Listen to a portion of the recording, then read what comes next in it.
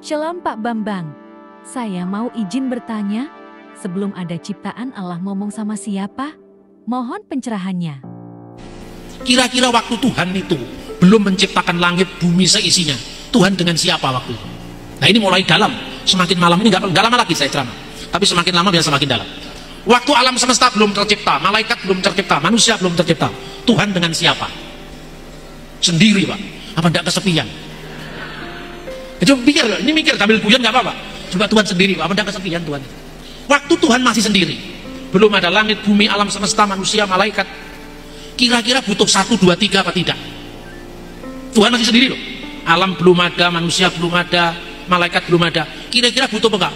Aku yang Maha Esa ngomong sama siapa yang lain belum ada. Ngerti nggak maksud saya? Penting apa enggak kata sah? Nggak penting karena waktu itu belum ada manusia. Ya toh? Belum ada malaikat yang dituntut untuk menyembah puja, belum ada manusia yang dituntut untuk berkomitmen kepadanya, maka Maha Esa nggak penting. Ya toh? Karena belum ada yang lain. Adanya satu Esa itu karena ada dua. Begitu Tuhan menciptakan malaikat, baru ada aku Tuhan dan ada kamu malaikat. Malaikatnya lebih dari satu, ada aku dan ada kalian. Ya toh? Selain malaikat ada manusia, ada aku, ada kalian, ada mereka. Jadi aku, kalian, kamu, mereka itu setelah ada kejamaan. Sebelum itu belum perlu kata ada. Kata esa itu tidak perlu. 1, 2, 3 Pak gendut naik udah tidak perlu itu, karena belum ada yang lain. Pertanyaan kedua, kira-kira kata aku perlu apa tidak? Perlu untuk apa? Cuma ada Tuhan. Adanya aku kan setelah ada yang lain. Maka ada satu Tuhan aku, ada yang lain Adam kamu. Ini dibutuhkan dalam konteks komunikasi. Sebelum ada yang lain tidak butuh 1, 2, 3, tidak butuh aku, kamu, dan mereka. Inilah misteri Tuhan sebelum segala sesuatu ada. Nah, apa pertanyaannya? Lebih dahulu mana? Maha hadir atau Maha Esa? Omnipresent, Maha hadir. Tapi Esa 1, 2, 3 itu soal komitmen. Makanya kalau sekedar Tuhan itu Esa, setan juga bisa. Jadi jangan terlalu bangga dengan Tuhan Esa, Tuhan Esa. Yakobus pasal 2:19.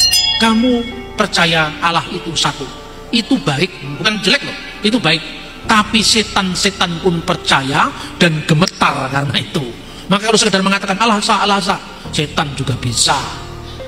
Tapi Allah Esa kemudian berkomitmen untuk menjaga keesaannya, untuk hanya berbakti kepadanya, itu lebih penting. Itulah yang namanya monoteisme etis. Yang setan tapi monoteisme bilangan 1, 2, 3. Yang kedua monoteisme etis, monoteisme dengan tanggung jawab. Itulah monoteisme Abraham. Dipanggil ke suatu tempat dia belum tahu tapi dia berangkat.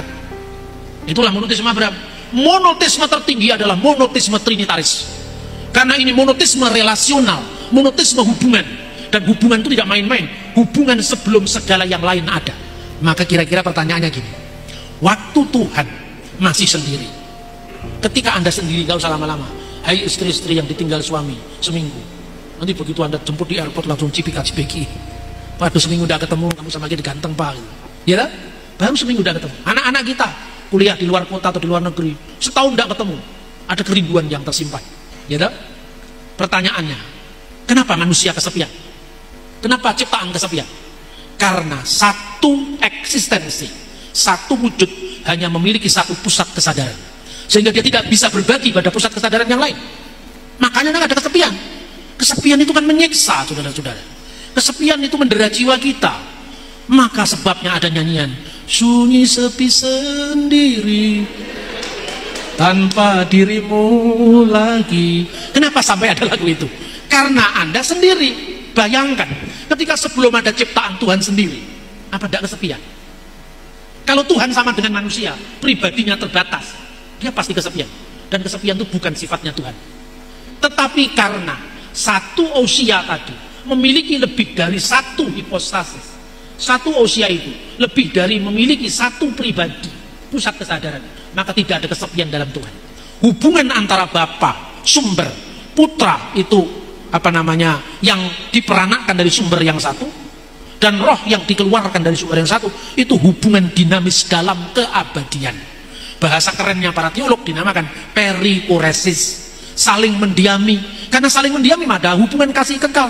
Saya bertanya, Allah itu kasih Pak. Apakah itu kekal? Ya kekal. Allah itu kasih. Yang dikasih siapa? Manusia Pak. Tidaklah aku ciptakan engkau agar kamu mengenal aku, katanya aliran kebatinan Jawa. Tuhan menciptakan manusia supaya dikenal. katanya aliran kepercayaan. Supaya dikenal, iya. Berarti Tuhan butuh aktualisasi diri. Karena dia butuh yang lain. Selama Tuhan belum memiliki yang lain, Tuhan dilanda oleh kesepian seperti Yuni Sarah. Ya kan? Lalu kasih itu kan butuh sasaran kasih supaya tidak bertepuk sebelah tangan. Bapa itu sumber kasih, putra itu yang dikasih, dan ada kasih yang disalurkan adalah Roh Kudus.